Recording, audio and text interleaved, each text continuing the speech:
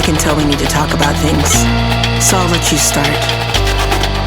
Yes, I'm listening. Oh, I understand that. You need help with what you say? Oh, that's crazy. That's crazy, because the last time that we talked about this, I felt like I was really clear.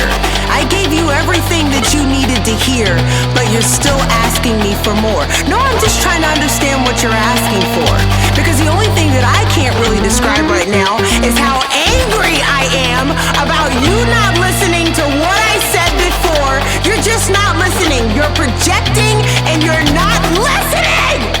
You're not listening! No, you're not listening! Alright, what do you have to say? I'm listening!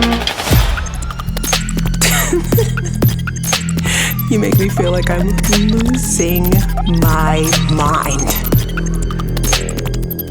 I said it, and you're still not understanding.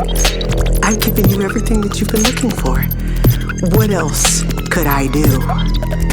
What else can I give you? What else can I say? What else do you need from me? I am. I'm going crazy.